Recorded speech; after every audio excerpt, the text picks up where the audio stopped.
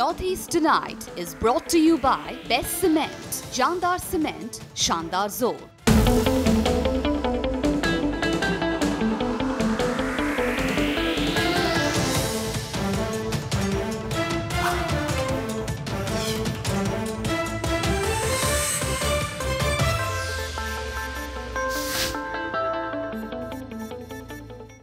Hello and welcome to Northeast Tonight, the show that decodes the region.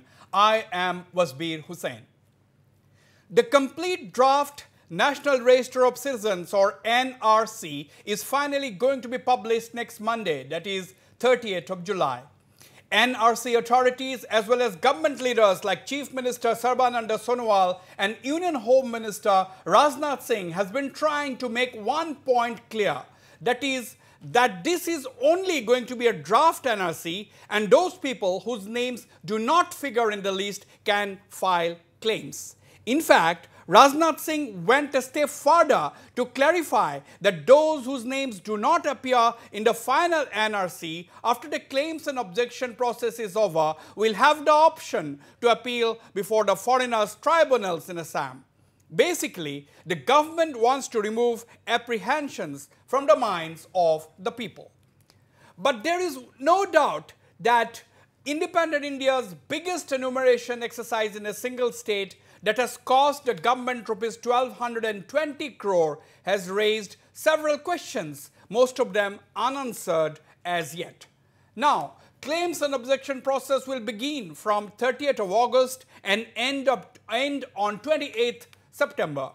What are the documents that will be acceptable to the NRC authorities now from those whose names do not appear in the draft? What about some married women who only have in their possession certificates issued by the Panchayat authorities, documents which are being scrutinized by the NRC authorities or who have been screened already? What will happen to those who do not make it to the final NRC? Can they be sent back to their country of origin, or will they have to be taken care of by the Indian government in detention centers? To provide answers to some questions and discuss the subject, I have with me the man himself, NRC State Coordinator, Mr. Pratik Hazela, ASU Advisor, Dr. Samujjal Bhattacharjee, Professor Prasenjit Biswas from Northeastern Hill University, Professor Akhil Ranjan Datta from Guwahati University, Mr. Mayur Bora, writer and analyst, and Ms. Maini Mohanto, also a writer and commentator. Ladies and gentlemen, welcome to the program. I'd like to go straight to you, Mr. Pratik Hazela. Welcome to Northeast Tonight. Mr. Pratik Hazela, finally, the stage is set for publication of the complete draft NRC. Just 1 week to go. Yes, all set at your end. Today is Monday, and next Monday, the complete draft NRC will be published. Okay, crisp, short answer there. Yes, all set, and next Monday, the complete draft NRC is going to be published. Mr. Hazela, people still have a lot of apprehensions in mind. What do you have to say? Firstly, people need to understand that this is not the final NRC. The NRC process will not be over on 30th of July. This is a draft, and a draft means that the public would still have a chance to file for inclusion in final NRC by way of submission of a claim, which in a way means applying for inclusion in NRC again.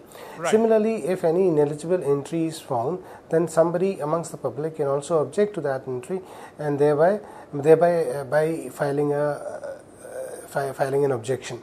Corrections will also be allowed in any particulars that are appearing, like any spelling errors in names, addresses, age, gender, etc.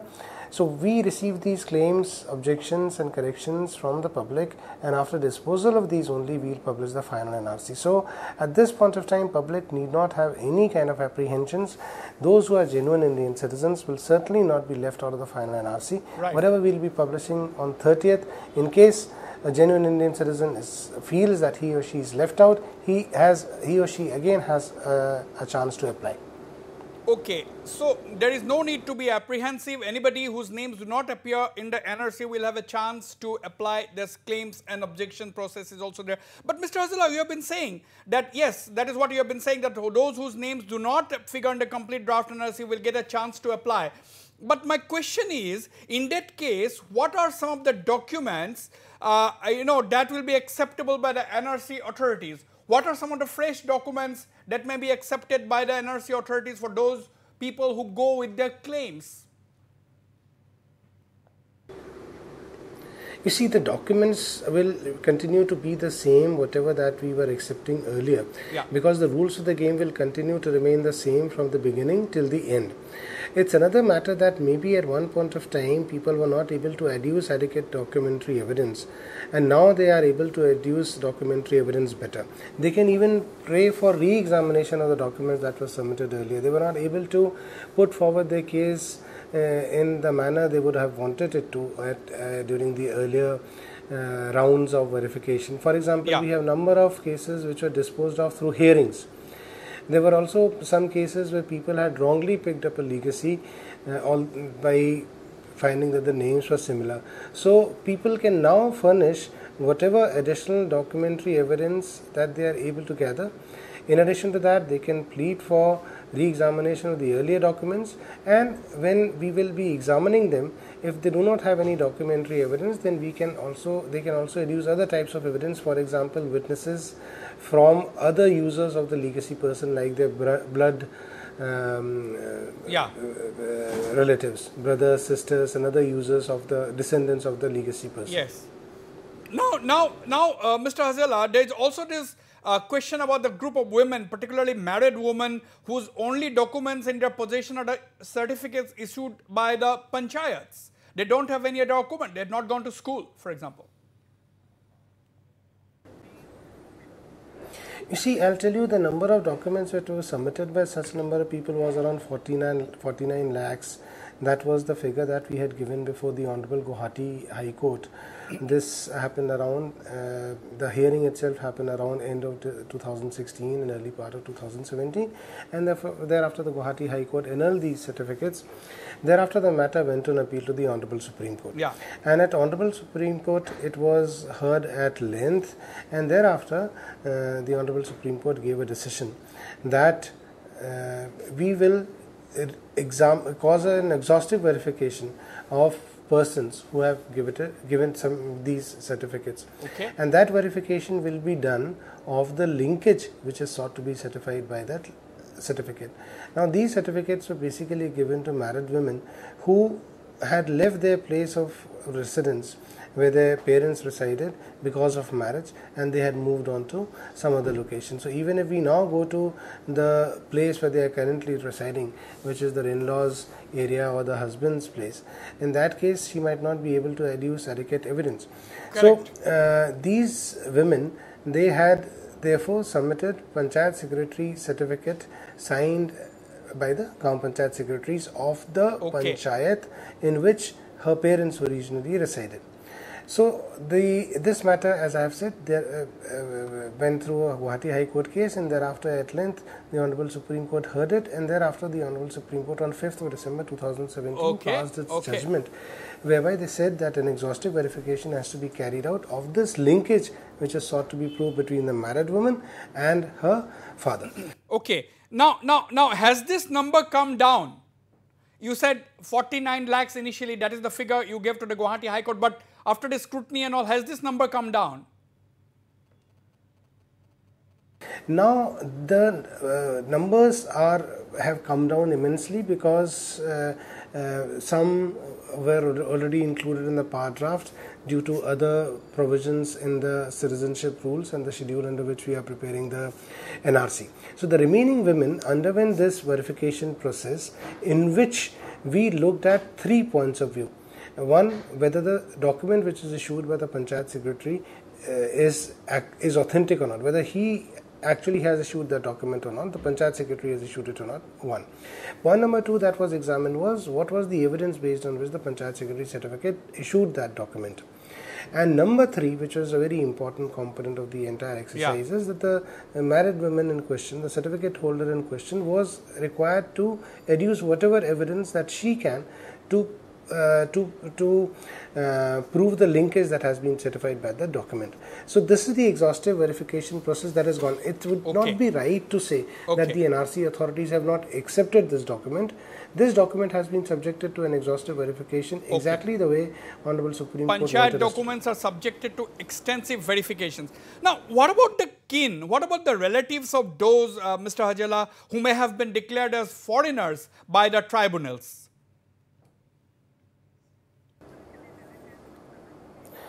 You see, this is a very good that you have asked me this question. As per the rules, those persons who are themselves declared as foreigners, they cannot be included in the NRC. So they would not be included in the draft NRC. 1. Next is what is about their family members. Now let us be very clear as to what the family members mean. First, we look at the descendants, because in NRC we are making a list of citizenship which has been achieved through descendants from those persons who were residing in Assam or any other part of country up till 24th March 1971.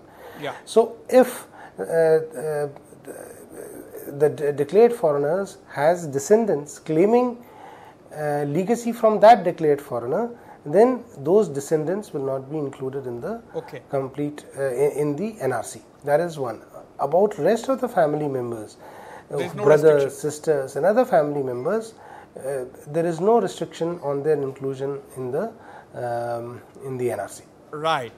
Okay, so that is a very big clarification coming in from Mr. Hajela. Now, what will be the time limit? We are talking about claims and objections. What will be the time limit for claims and objections, after the final draft list is published on 30th of July?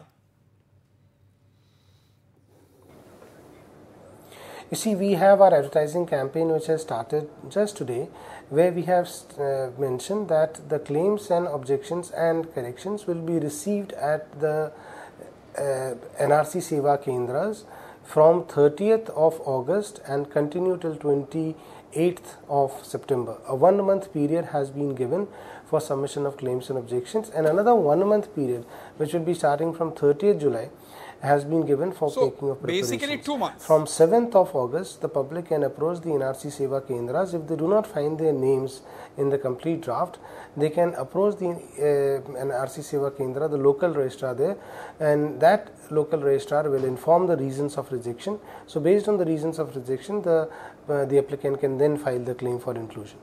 Okay. Mr. Hajela, there has been this campaign on that campaign platform called Awaz that had got about 7 lakh hits. You were forced to go for a counter campaign. How are you looking at this? Do you think it is an attempt to scuttle or sabotage the entire NRC process?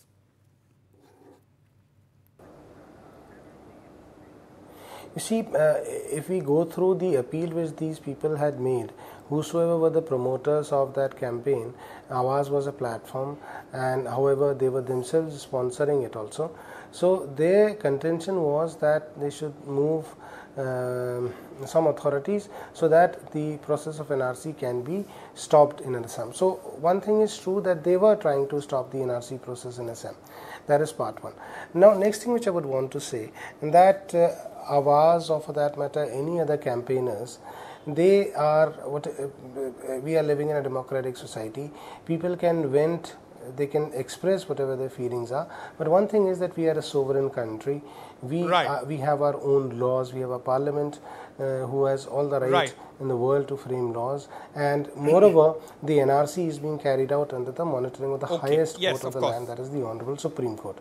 So our process remains completely unaffected.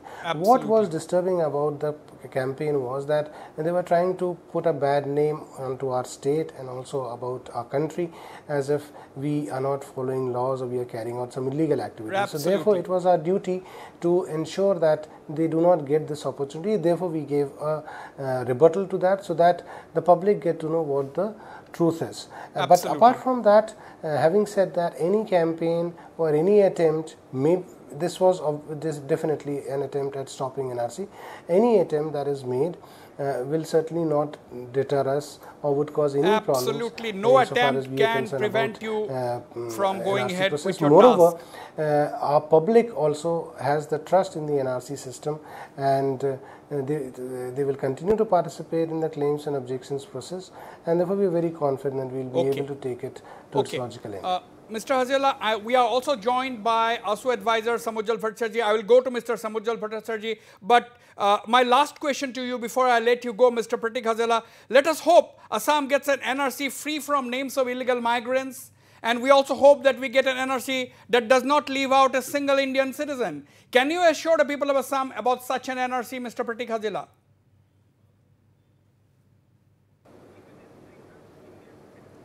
Yes, the entire system has been designed in such a manner that we'll come out with a list which will be on 30th of July. Thereafter, it will be subject to corrections depending upon the claims and objections that the public are allowed. So that means whatever that we have come out with, now the public also have a legal right to come and ask for corrections there, where I will say the corrections means a broader term of inclusion as well as exclusion. Inclusion by way of filing of a claim and exclusion by way of filing of an objection. So that is also a legal mechanism for purifying the draft further. And thereafter, when we publish the final NRC, after the disposal of these claims and objections, I am absolutely confident that it will be an error-free NRC which will be free absolutely of post-1971 illegal migrants, and it will contain all genuine Indian citizens of the pre-71 vintage. Absolutely, it will be a list of only genuine Indian citizens pre-71 period. Thank you, Mr. Pratik Hazela, the State Coordinator of NRC, for speaking to Northeast Live. Thank you very much indeed. Now I'd like to go straight to Dr. Samujjal Bhattacharjee, the ASU advisor. Dr. Samujjal Bhattacharjee, and let me have all the panelists on the screen. Dr. Samujjal Bhattacharjee, you have heard the State Coordinator of NRC, Mr. Pratik Hazela, saying that he is confident of providing Assam and the country with a NRC that contains the names of only Indian nationals. Are you as confident as him? Assam, after Assam agitation, historic Assam agitation, Assam Accord was signed. So that means in last 38 years, the people of Assam is fighting to protect the identity of the indigenous people of Assam. We want a permanent solution of the vexed foreign national problem. Yes. People of Assam want a permanent solution of this vexed foreign national problem. So no detection, no deletion, no deportation. Even the Porous Indo-Bangla border is not sealed by the government of India and government of Assam. So what can be the other ways? The other ways is to updating the 51 NRC based on 71 electoral as per Assam Accord. So it is one of the way to solve this vexed foreign national problem. So the NRC updation is on the basis of Assam Accord, and it is continuously monitored by the Supreme Court of India. So we have firm faith on Supreme Court of India, and we are hoping for a error-free NRC where there will be no names of illegal Bangladeshis. Absolutely, that is what we want. And what do you have to say? There are still a lot of apprehensions in the minds of some people. So what do you have to say? What is your message? See, 3.29 crores people of Assam had filed the application to have their name in the updated NRC. 6.6 crores documents were submitted by the people of Assam. So first draft was published as per the directive of the Supreme Court, where 1.90 crores names are there in the first draft. Now the rest, after very vigorous verification, the complete draft will be published on 30th of July as per the directive of the Supreme Court of India. Now, yes, there is a apprehension that whether all the citizens' names will be there or not. Now, the project coordinator Pratik Hazela and today the Honorable Home Minister of the country Rajnath Singh ji had expressed their mind, and they had appealed to the people that only after publication of this draft there will be process of filing of claims and objection. So there is a provision if somebody's name is missing in the final draft, there is a provision to file claim to enroll their name in the updated NRC. So Assam government, Assam Chief Minister, Assam the Home Minister of the country, the Pratik Hajela, the coordinator, they had already clarified their stand that the people will have a chance to file claim to enroll their name in the updated NRC. But now it is the responsibility of the government of India, government of Assam, and particularly the Pratik Hajela, the chief coordinator, who is working under the direct supervision of the Supreme Court, to give the chance to the people to file claim to enroll their name in the updated NRC. So we'd like to appeal to the people. If people face any problem, ASU is also here as a signatory in the Assam Accord to extend support to the people. Absolutely, that is what I was coming to before I asked my panelist in the studio, Dr. Samujjal Bhattacharjee. ASU led that agitation against illegal migrants or against foreigners, but ASU has a responsibility to make sure that every Indian national sees his name in the final NRC. Is the ASU today prepared to lend full support, full assistance to those people, genuine Indians, who may for some reason not find their names in the NRC?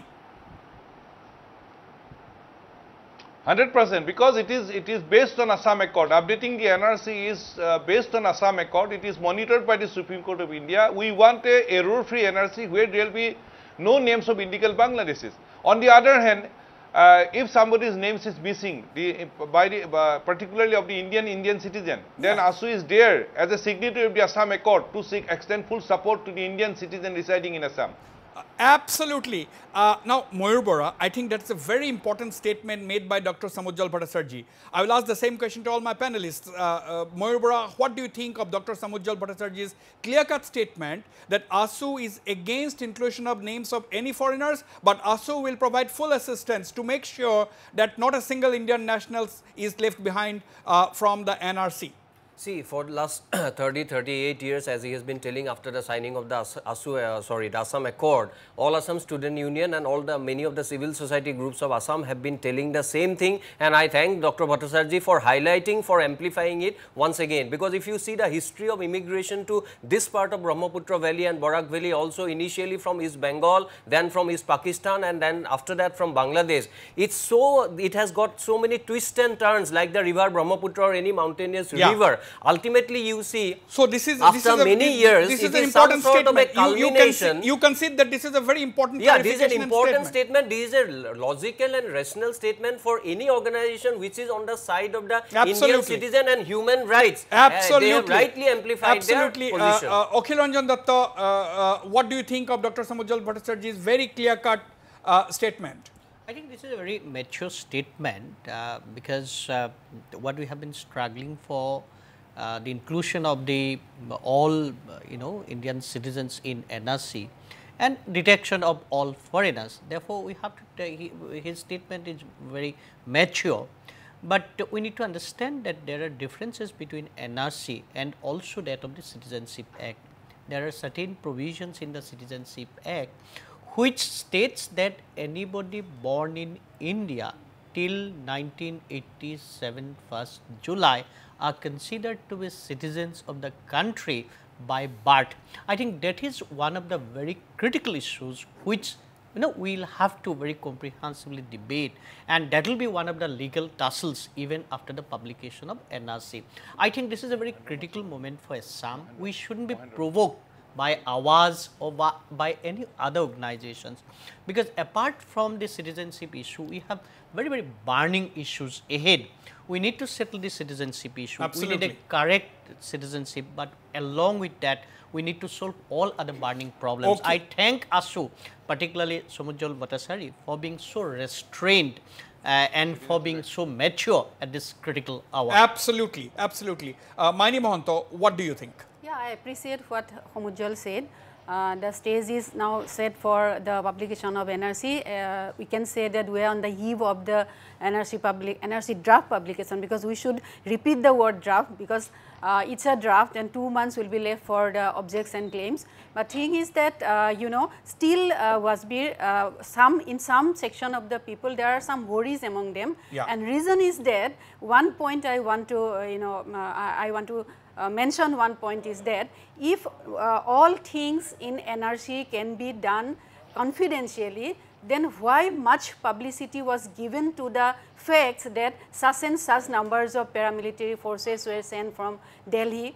I think this kind of acts may inflict the worries among minds of some section of our population. Why is so much security needed? I'll have to go for a break. I'll very quickly come back. Dr. Samujjal Bhattacharjee, Maini Mohanto is raising the question, if everything is, so confidential, everything is so, she is not questioning.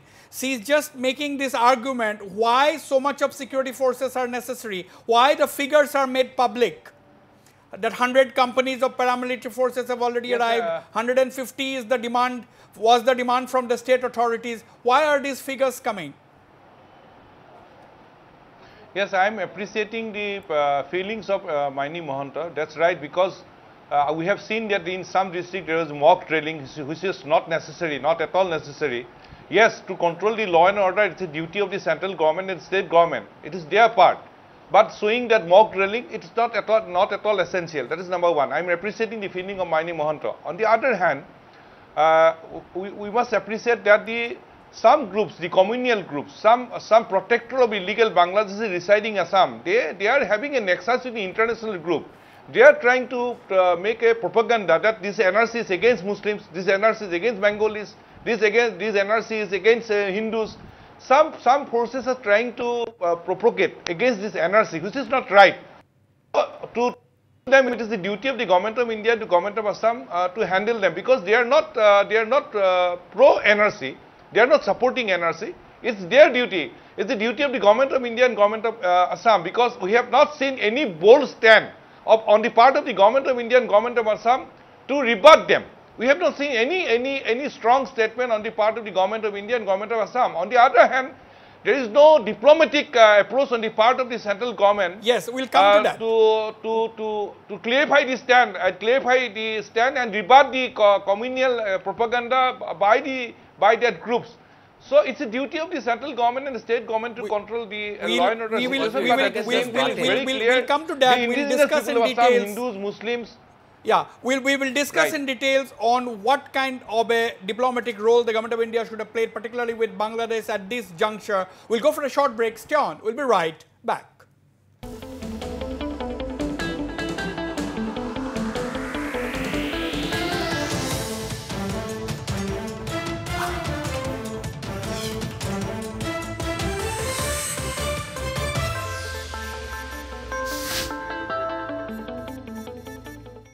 Welcome back. I'll go straight to Shillong. Dr. Prasenjit Biswas. Dr. Prasenjit Biswas, the final draft NRC is going to be published. Just 1 week to go. Do you have apprehensions in mind? There are many thoughts that are cross-cutting in my mind. One of the thought is that that it is widely reported in the media that on a full-scale white paper, shifts of white paper containing names of supposedly D voters have been circulated to LRCers. LRCers are the local registrar of citizens, and based on these names, which is not signed and stamped by any authority, names are getting deleted from the list of NRC who otherwise have qualified already to be included in the NRC. That is one apprehension. So how many such people would be deleted is a major question. As far as media reports are concerned, we have heard about D voters and their families' names will be deleted, and that is estimated to be somewhere around 5 lakhs. 1,54,000 cases are before Foreigners Tribunal. These cases and their families are also going to be deleted, apart from those who are declared foreigners. So we hear about 3 categories: suspected foreigners, declared foreigners, and people who are marked with D vote tag. Now all these 3 categories are supposedly determined by the local registrar of citizens. Now in this kind of determination, what remains very arbitrary is a process of determination itself. How does one really suspect somebody to be a D voter or a foreigner? For example, in Silchar, day before yesterday, a 7-year-old boy who is born in Silchar Medical College 7 years back has received a foreigner's notice he has been declared as a foreigner. An army Jawan in Gwalpara has received a D-voter tag all of a sudden, yesterday media reported it, who served Indian Army and retired. Similar such cases are cropping up. So there seems to be a lot of arbitrariness at this. My question now, Dr. Prasenjit Biswas, my question is, now would you like to argue that the entire exercise is monitored by the Supreme Court? Now, even then, are you saying that there is scope for manipulation or there is scope for error? Do you think, even after the Supreme Court monitoring? Actually, the argument has to be understood in the right context. Those who are carrying out day-to-day business, they are not monitored by Supreme Court. It is local registrar or deputy commissioner or some staffers who actually determine the status of a citizen. Now, when they determine, this determination is also governed by the NRC state coordinator. NRC state coordinator often have changed the goalpost, as it is alleged. He has issued a circular naming some weak documents. And what are these weak documents? Birth certificate is a weak document if it is not issued within 1 year. Refugee certificate is considered as a weak document. And the same circular says if the document is not a colored one, then the document will not be addressed. So these are the sources of certain subjective assessment which is arising in the executive functioning of determination of the status, and therefore the problem is that this part is not monitored by Supreme Court. Supreme Court is monitoring the outcome of it. Now, Dr. Samujjal Bhattacharjee, please hold on with your thoughts. Dr. Prasenjit Biswas, I'll come back to you. Dr. Samujjal Bhattacharjee, I will ask the same question to my panelists in the studio as well. Dr. Samujjal Bhattacharjee, you see, the entire exercise, as we know, is monitored by the Supreme Court.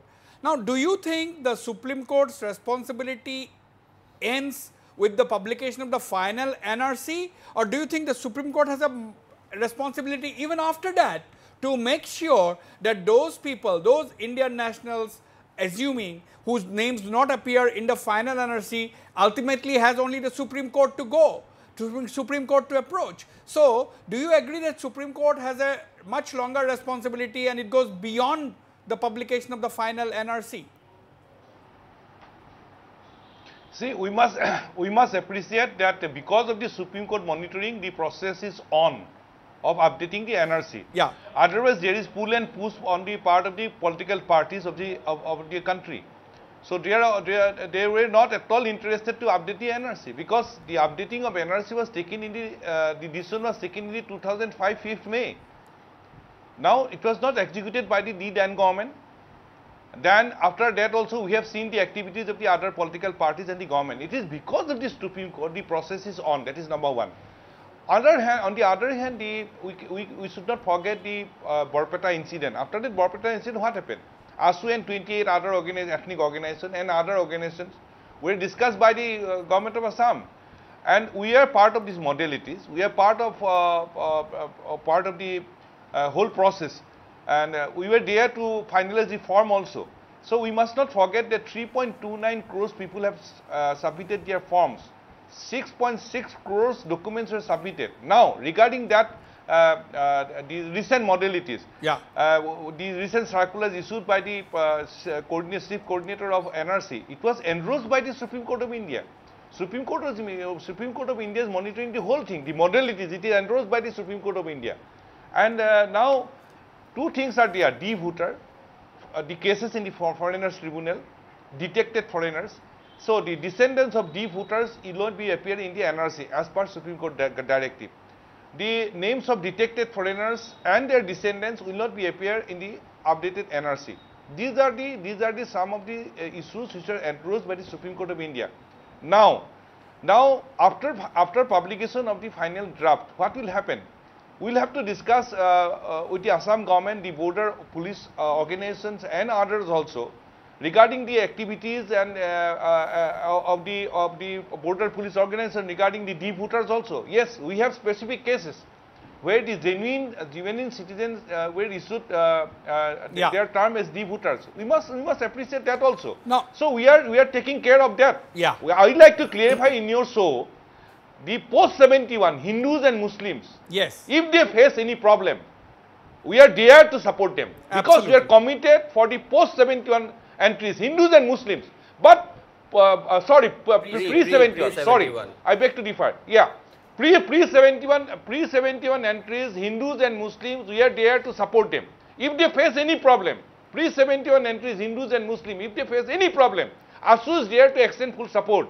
On the other hand, post-71 entries, Hindu and Muslim, they must be deported. There must not be any doubt in the minds of the people. No. And we are doing that. We are extending support to the pre-71 entries, Hindus and Muslims. We'd like to appeal to the people. Yes. Some groups, they are trying to color that the whole issue. Somebody is trying to say it's anti-Muslim, somebody is trying to say it's anti-Hindu, somebody is trying to say it's anti-Bengali. It is not. It is not anti-Bengali, it is not anti-Muslim, it is not anti-Hindu. It is anti-illegal Bangladeshi. Anti-illegal Bangladeshi. So, I'd like to Mohibora, once again in your show, you are trying to those say who something. have I wanted entered to say before something. 71, Yes. Hindus and Muslims, if See. they face any problem, we are there to support them. Okay, We respect the contrarian views of Professor Biswas. There may be some, I agree, admit on this show, there may be some isolated incidents where the genuine citizens may face some sort of trouble. But let us not forget what Samujjal Bhattacharya had told just now. ASU being the strongest organization which has been championing and spearheading the cause of the expulsion of illegal migrants, ASU themselves are telling that after 1971, the citizens, only those people, immigrants, have to go, whereas the pre-1971 people will be safe irrespective of their communality, irrespective of their race and religion. Then, I think this is the age of politics of innuendo, insinuation and malicious, mischievous campaign. What is the Awaz campaign and what is the difference between certain scholars in the country who is also trying to land very nebulous and very indirect kind of support to this particular campaign? This is wrong. I think we have to remember the 100 years history of, one thing Wasbir, let me say this, NRC process culminates the unending saga of our apathy, indifference and exploitation at the hands of successive governments at the center. So after that, under the direct supervision of Supreme Court, something is being done and mostly it is done by and large well. It has been accepted by all. Then I don't know why some people are finding fault with the exercise, and whereas ASU has assured them, even then they are not being pacified. This shows that something malicious this thing is going on. You cannot bracket Dr. Prasenjit No, I am not Biswas bracketing in that him. category. I am He is just raising apprehensions. Yeah. So I'm sure I respect his view to raise apprehension. Let us all try to allay fears, but at the same time our duty is to flag and amplify that point. You know, I was asking my first question to Dr. Samujjal Bhattacharya. Do you think that Supreme Court will have a role even after the publication of the final NRC? Forget about the draft NRC. My question is, do you think the Supreme Court will have a major role to play even after the publication of the final NRC? I think so, because you, Prasenjit has raised some very genuine issues, but we need to remember one thing, that Assam has shown its maturity. Yes. Maturity. You know, there had been a lot of provocations, but that provocations hasn't resulted any violence and communal hatred. That has to be appreciated by everybody from whatever quarters. I think this is the first point I wanted to raise.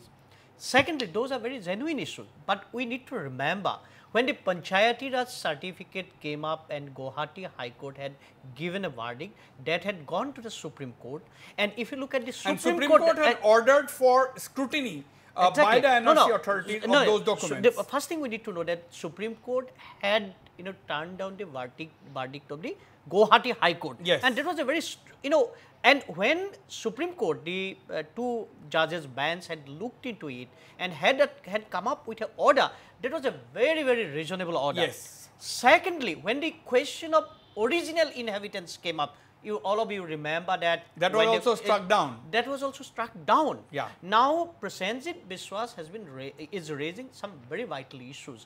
I think those issues could also be taken to the Supreme Court, and although these appears to be very scattered, but those could also be categorized into certain entities. I think there is there is every chance that Supreme Court would cognizance look into that. What are your thoughts? Just my last sentence. If that is the case, I think that Supreme Court will have a role beyond even absolutely. the final That's what I was exactly.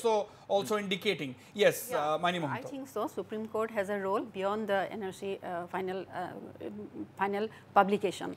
Though Prosenjit is raising some issues, it is true that for Assam we have no way out except the publication of NRC, because last 4 decades publication of an updated and correct NRC. Yeah. For last 4 decades we suffered a lot. For political parties it is a issue for blaming each other.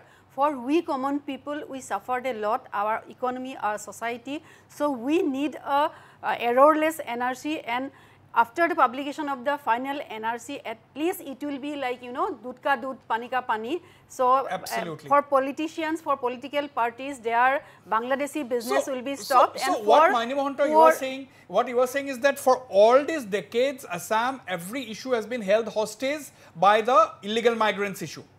Isn't it? Exactly. Everything was held hostage by some poor people, because after publication of the NRC, I hope that poor rickshaw pullers, poor vegetable vendors, at least they won't be humiliated considering as doubtful citizen, doubtful Bangladeshi. So so we hope that there will be a errorless NRC, and 2 months will be given to the people whose names do not appear in the NRC draft. And one more thing is that there should be some, in a final process, there should be some humanitarian ground, because there are some very poor people. They may because they may lose some 1-2 papers also, but they may be genuine Indian citizens. Considered, Another thing, Wasbir, it needs to be highlighted, this is not a 30 or 40-year-old situation, this is a 100-year-old situation. When Manik Chandra Barua had raised this in the Provincial Assembly, then the Mulan statement we all know, we must remember one thing, the Assamese people, barring some sporadic incidents in Assam agitation, has also shown tremendous amount of maturity, kindness and magnanimity. The whole country, we know the Foreigners Act is applicable for 1948, whereas we have accepted for more than 23 years. Even after that, when some people try to run a campaign vilifying and the whole process of NRC updation which is being done under the Supreme Court, I think we need to register our voice. We are not for persecution of any citizens of of India, but at the same time we will not lose sight of the fact that some people are trying to fish in troubled waters. Absolutely. Now, Dr. Samujjal Bhattacharjee, you know, once for all, after the publication of a correct NRC, final NRC, once for all, the issue of who is a national, who is not, will be settled. And those people who are speaking a certain language, who looks in a certain, who dresses up in a certain manner, they will not be humiliated, as Mani Mohanto has been raising this very important point. They will have also get some respect. Yes, before answering to your question, I'd like to clarify that Supreme Court has not struck down the provision of OI, original inhabitant. Original inhabitant provision is still there. The officers can exercise that power. The verdict is very clear. On the other hand, yes, it is based on Assam Accord. Pre-71 Hindu-Muslim, they will stay. Post-71 Hindu-Muslim, they will have to go. Yes. It's very clear. We should be very clear on that point. And we will have a list of citizens.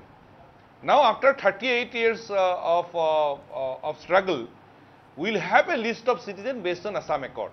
That it will be one step forward to have a permanent solution of the vexed foreign national problem. And regarding, I like to read out one sentences. In last 2-3 days, I have seen some write-ups in the media, and the writers, they are giving more emphasis on the humanitarian consideration. But we have shown our heart. We have accepted the burden up to 71. We have given them citizenship, Hindus and Muslims. And during the signing of Assam Accord, it was clearly mentioned, keeping all aspects of the problem, including constitutional and legal provisions, international agreements, national commitments, and humanitarian consideration, it has been decided to proceed as follows. So we have shown our heart. So we are very clear that pre-71 Hindus and Muslims, if they face any problem, we are there to extend full support. Post-71, we are very tough. That message should be there to the illegal migrants also. So on the other hand, yes, I am appreciating the feelings of Mani Mohanto. Yes, there will be a list of citizens. And we are very clear, we want a permanent solution. We want a permanent solution. For that, this is one step closer to a permanent solution. There are other aspects. It will be one of the one step forward to have a permanent solution. Just one line, because there shouldn't be any confusion regarding this. You know, regarding the OI, original inhabitants, what the Supreme Court order said, that NRC is all about citizens. It has nothing to do with original inhabitants. Original inhabitants is a very different category. So, in the process of NRC, we are not taking into consideration who is original inhabitants or who is not original inhabitants. We are simply looking into whether the person is a citizen of India or not. Yeah. Okay. Now, Prasenjit Biswas, you know, the NRC authorities have been saying that people whose names do not appear in the draft list have nothing to fear. Even the Union Home Minister has said it yesterday, and that they can apply once again. There will be claims and objection dates have also been announced. In such cases, what new documents that could be furnished or what new documents that could be acceptable, because they had earlier also submitted some documents. Of course, Mr. Pratik Hazila, the state coordinator, has said that they may be the same documents, but they may have undergo a fresh scrutiny. Prasenjit Biswas.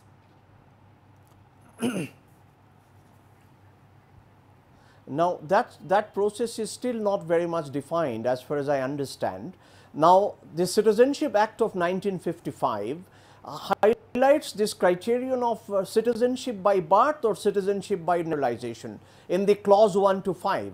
Then comes clause 6A. I have earlier also argued clause 6A does not apply to citizens who are citizens up to 1985, which is written in the 7A, subclause 7A of 6A. Now, one has to follow constitution in adjudicating this kind of cases which will come before some kind of adjudicating process. Yeah. But I am not very sure what will be the shape of that adjudicating process, because people will be already tagged as if they are suspected to be a foreigner, and many genuine Indian citizens who are even born in this country would be covered in this kind of a process, and therefore the process and its outcome remains wide open, and we won't be able to really ascertain what is going to happen to those people who will be coming under these claims and objections. So, unless claims and objection process is stipulated by a legal guideline, by the constitutional guideline, we cannot be very sure of its outcome. Now, Mayur Bora, that means one cannot, whatever we argue, one cannot say that the issue is settled. There will be a lot of legal questions that are going to be raised for some more time to come. Obviously, the issue is going to linger and much to the chagrin and disappointment of the indigenous people of Assam. But we are not saying that issues needs to be shortened only to preserve our self-respect and existence in the state of Assam. Assamese people are magnanimous enough; they are kind enough to have allowed let's not go into rhetoric. I am not interested in rhetoric. Come to the answer my question clearly. Answer my question to the point. That means my question was very simple. Let's not be rhetorical here.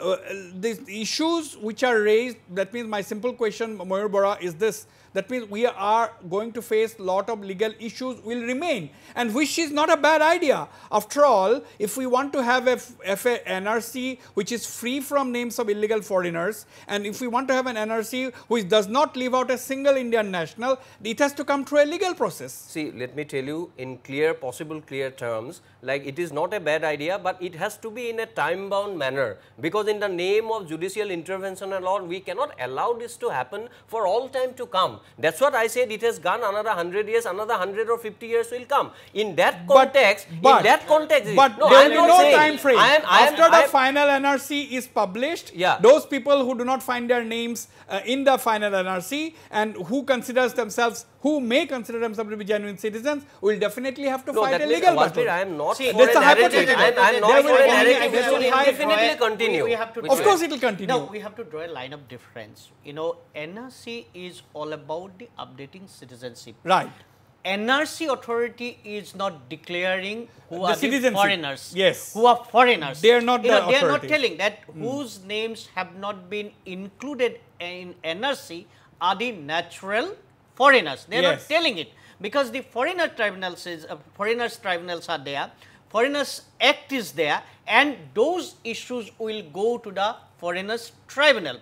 Therefore, I think that legal issue or legal battle will also be there even after the publication Absolutely. of final that is clear. NRC. That is clear. Let's pick the thoughts of Dr. Samujal Bhattacharjee on this issue. What do you think, Dr. Bhattacharjee? Now see, the whole process is as per the Citizenship Act. The Citizenship, Registration of Citizenship and Issue of National Identity Card Rules 2003. As per that rule, the process is on. See, for whole of the country, the process is there. But for whole of the country, the process is very clear. It's a house-to-house enumeration. But in case of Assam, it's a special provision. That is very clear. And it is what is the rule says?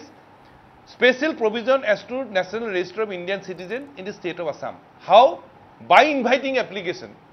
And based on 51 NRC and electoral up to citizenship 71.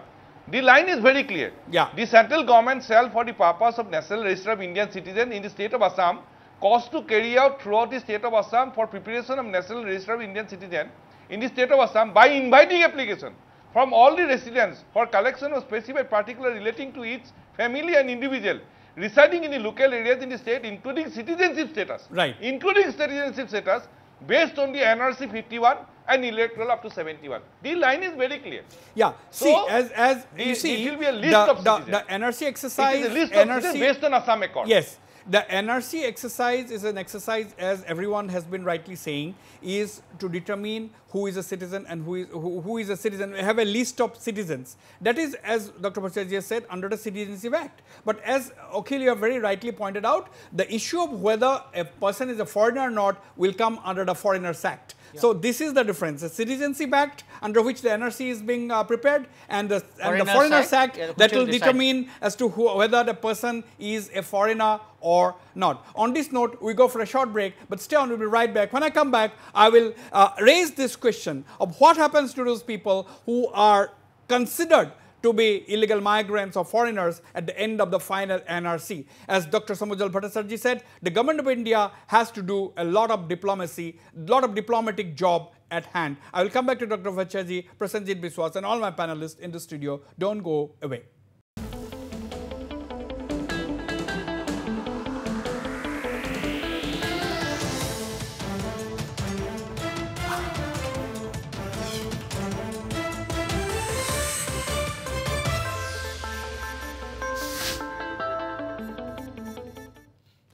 Welcome back. Let me go straight to Prasenjit Biswas, Dr. Prasenjit Biswas once more.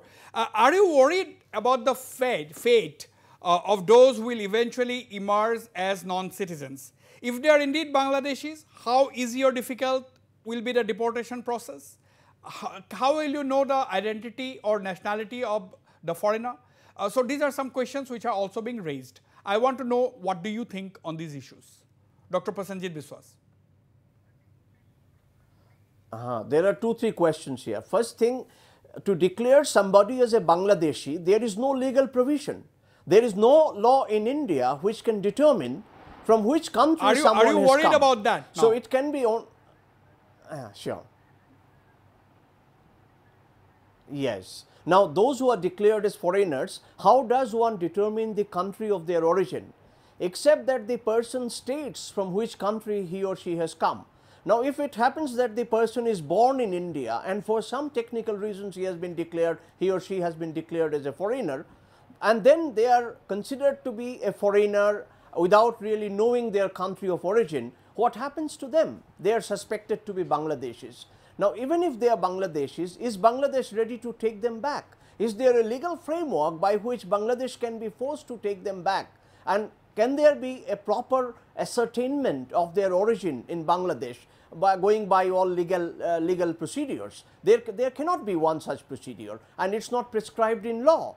So this part of the process remains very arbitrary, declaring someone as a foreigner and sending him or her back to the country of origin unless there is a repatriation agreement.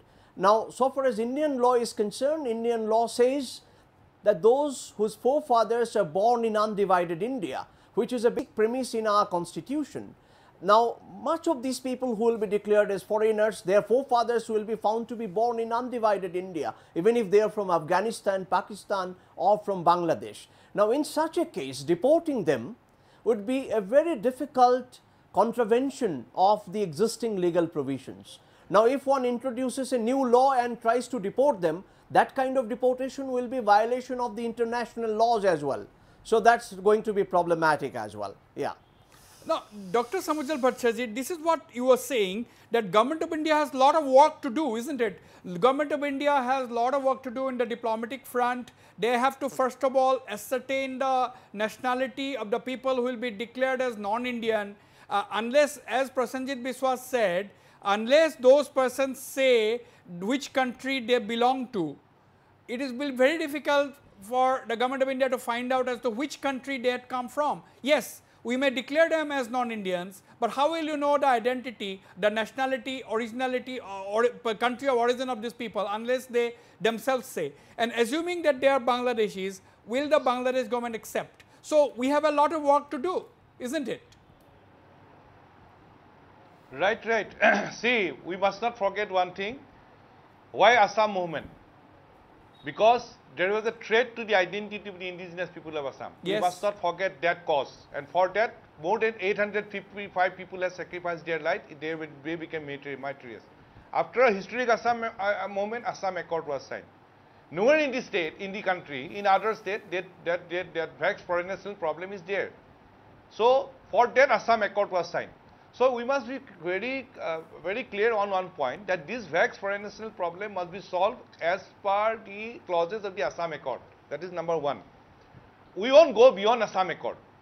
Number two, there must be a treaty in between Government of India and Government of Bangladesh to deport all illegal Bangladeshis as per Assam Accord. The fundamental question is very clear, whether a non-Indian can enter illegally into India or not. Whether Indian constitution permits or not, no. Whether an illegal foreigner can stay. Now it's the duty of the India government to settle this issue, because we cannot stay like a second-class citizen in our own state. Yes. That is the main core of the problem. See, we are discussing about post-71 now. Yes. We are discussing about post-71. What will be the fate of post-71? Why we are not discussing about the identity of the indigenous people? So to safeguard the identity of the indigenous people, there was a settlement, and settlement is very clear. We have accepted the burden up to 71. For whole of the country, date of detection of illegal foreigner is 1948. From 48 to 71, Hindus and Muslims, we are accepting them as a citizen of the country. Beyond that, beyond 71, Hindu, Muslim, we cannot accept. We are now discussing about what will be the fate of post 71. It is the duty of the Government of India. Because Assam Accord, as per Assam Accord, we have accepted the load up to 71. No. Now we are concerned about our own identity. And in Assam Accord, there is a provision to give constitutional status, which we are not getting. No. Now it's the Government of India, it's the duty of the Government of India to have a dialogue with the Bangladesh government. Yes. And to have a treaty to deport all illegal Bangladeshis as per Assam Accord. Correct. Now, Maini Mohanto, the state government has a very big role to play, because as Prasenjit Biswas has said, those people, I mean, there is no debate on the issue that illegal migrants and foreigners have to leave Assam or leave the country. There is no debate on that. Question is how to throw them out. This is the key question. Now, this whole exercise of NRC is going to come up with, we are going to get a figure of a certain number of people who will be non-citizens. That means who will be non-Indians. That means they have to leave the country. Now, number one, how will you know the country of origin of these people unless they themselves say? If not, what is the mechanism? If they are Bangladeshis, how will India send them back? How will the deportation be done? Now, Samujal Bhattacharjee has very rightly said that it is the job of the central government. But do you think the state government also have a major role to play? Prepare the ground from right now. Because there is still some time left for the final NRC to be declared. Now, this is a very critical time for the Assam government to take up the matter with the center and prepare the groundwork, prepare a treaty, prepare the modalities, prepare the mechanism. Yeah, of course, the state government has a major role to play, but it is true that state government themselves know that it is not possible to deport the people whose name do not appear in the final NRC. I do agree with Prasenjit that it is not possible to find out from which country they are here, and somehow if possible with their language, if Bangla tone is there, they are from Bangladesh, if Urdu tone is there, they are from Pakistan. But if the people themselves will go to Bangladesh, Bangladesh will not accept them, because last 40-50 years they were not there. So I think it's not possible, and government knows it. That's why Assam government minister said that there are lakhs of Muslim Bangladeshis here, and to balance that Muslim Bangladeshis, we need to bring Hindu Bangladeshis from Bangladesh. That means they said that it's not possible to throw out the Muslim Bangladeshis. That's why they Mayur Bora, do you agree with this? I totally agree with that. And secondly, one more important thing I would like to highlight, because you are telling about deportation of the people, I will invite your attention to what happened in last week. Last week, I think Union Home Minister went to Bangladesh and met Bangladeshi Prime Minister also. And before his visit, an impression was created in the state of Assam, more specifically and all throughout the country, that he will be raising about this immigration issue with the Bangladeshi Home Minister and the Prime Minister. But ultimately, as we have seen, they talked about all those things. Visa office was open, lot many discussion took place, but not a single word or sentence from the central government has come. And the same central government 2-3 years back, their main leaders come, if we come to power, they have to pack up and go. So I am not expecting, doctor, being a practical man, I am not saying, let me say one thing. Let all the people be witness to that. I am sorry to say this, but I think whether it is state government, as they have shown in the last 2 years, or the central government. Why 2 years? They are cannot, no, it's not 2 years. No, let me clarify facts. The government of India has never ever, the government of India in the last many decades have not raised the issue of illegal migration to Assam with the government of Bangladesh. Whether it was the Congress government or whether it is the present government, no government has raised this issue. And this is what I would like to draw Dr. Samujjal Bhattacharya's attention. Top Bangladeshi leaders have visited Assam and said in the soil of Assam, in the territory of Assam, they have said that Indian government has not taken up the matter with Bangladesh about the issue of illegal migration, and the Indian authorities have very surprisingly not clarified. Whether it was the Congress government had not clarified, and even now we have not seen any clarification. Dr. Samujjal Bhattacharya. Before that, Wasbir, let me tell you let Dr. Samujjal this has been going on for quite long. I only said initially whether it is Congress government or BJP government, they have been doing this. But since you sometime back told about rhetoric, this is the rhetorical statement of then Prime Minister of India, the now current Prime Minister, who said in Bengal that if we come to power, they have to pack up and go. In the context of that, we have to see what the Union Home Minister went to Bangladesh last week and did not mention a single word. I think that needs to be highlighted. What do you have to say, Dr. Samujjal Bhattacharya? The allegation, the claim, the claim by Dhaka. The Bangladesh minister, he had said in the soil of Assam that there was no approach on the part of the government of India. It's true. And government of India didn't rebut the statement of the Bangladesh minister. Yes. Now, Hussain Sahab, I'd like to clarify one thing. We are discussing whether these are from Bangladesh or not. They are from Bangladesh because there are some reports of former governor of Assam. What he has said in this report, it is an influx from Bangladesh. What the government of Assam report on foreigners issue, they are from Bangladesh. Now on 2005, regarding scrapping of IMDT Act, what the Supreme Court of India has said, it said, I would like to say, quote, due to large-scale influx of illegal foreigners from Bangladesh, there is external aggression and internal disturbance in the state of Assam, unquote. It is a statement, it is a verdict from the Supreme Court of India. Due to large-scale influx of illegal foreigners from Bangladesh. So there is no point of debate whether they are from Bangladesh or not. Majority of illegal Bangladeshis are from Bangladesh. Let me clarify. Now, there is no debate. Now the central government, there is no debate. We share a 4,000 long kilometer. India shares a 4,000 long porous border with Bangladesh. There is no doubt that the people are coming in from across the border. There is no doubt that there is illegal migration going on. I agree 100%. There is no debate on that. The argument which was laid out a little while ago, the debate, was just a theoretical debate. What happens in the court of it was a theoretical debate. You know that these are Bangladeshis. We also know that large number of them will be illegal Bangladeshis. There is no debate on that. It was just a theoretical argument. How do you place this in the court of law? That was the only point of discussion. This is the only clarification. You are absolutely right. Yes, go on, Dr. Samujjal Bhattacharya. Yeah, I'd like to clarify 2-3 things. See, I'd like to clarify 2-3 things. Number one, it's a question of identity of the indigenous people. So, as per Assam Accord, there is a guarantee to give constitutional safeguard for the indigenous people. That should be implemented.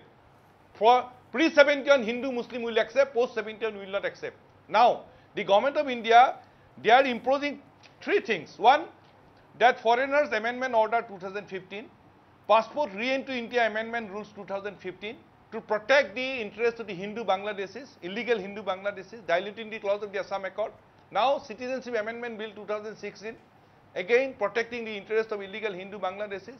Now, they are trying to give long-term visa, again trying to protect the interest of the Bangladeshis.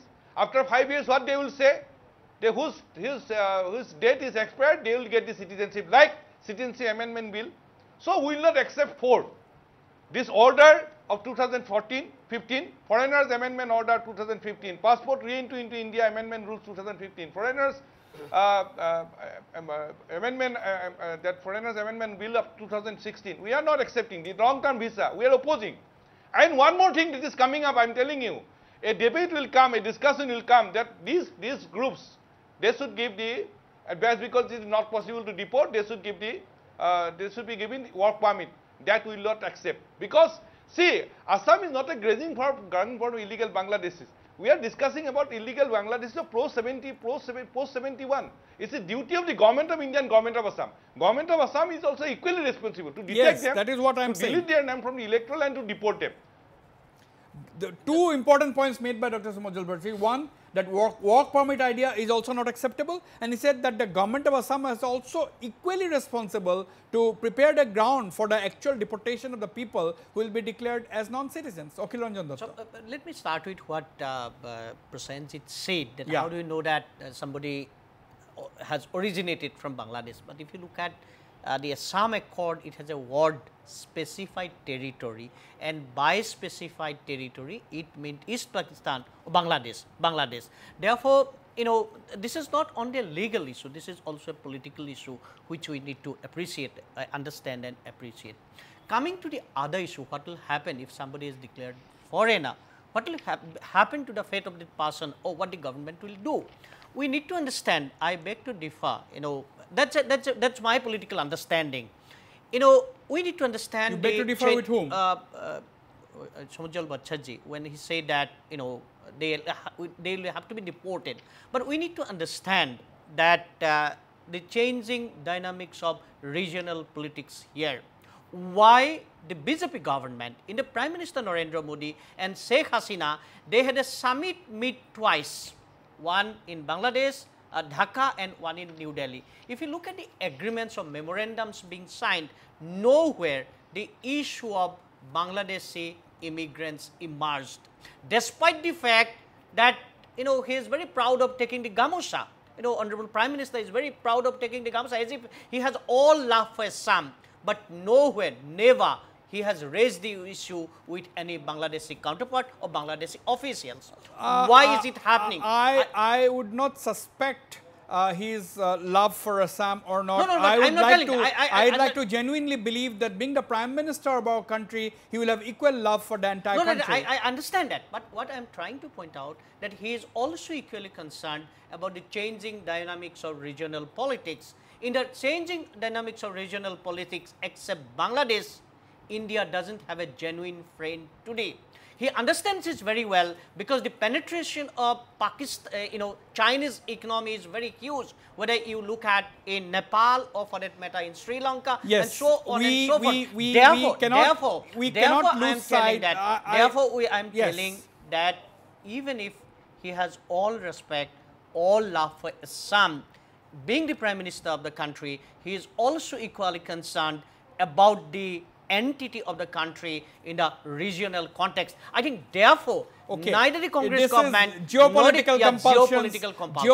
compulsions. The Prime Minister might have. Wasbir, what saddens me is ultimately, see what we have discussed. Either it's a legal issue, or it's a issue related to human rights, or it's a geopolitical issue. But we have lost sight of the main issue, which is the respectful existence of indigenous people of Assam in the state of Assam. That's what ASU had been spearheading and championing, telling about the preserving and safeguarding the rights of people. I am not against. I am not against any sort of human rights violation. I am not against that. But at the same time, enough kindness and magnanimity has been shown. So we should be concerned about that also. No, you are absolutely right. I am not rebutting you. You are absolutely it's my general comment on the whole issue. See, Mayur, you are absolutely right. Samujal Bhattacharya is absolutely right.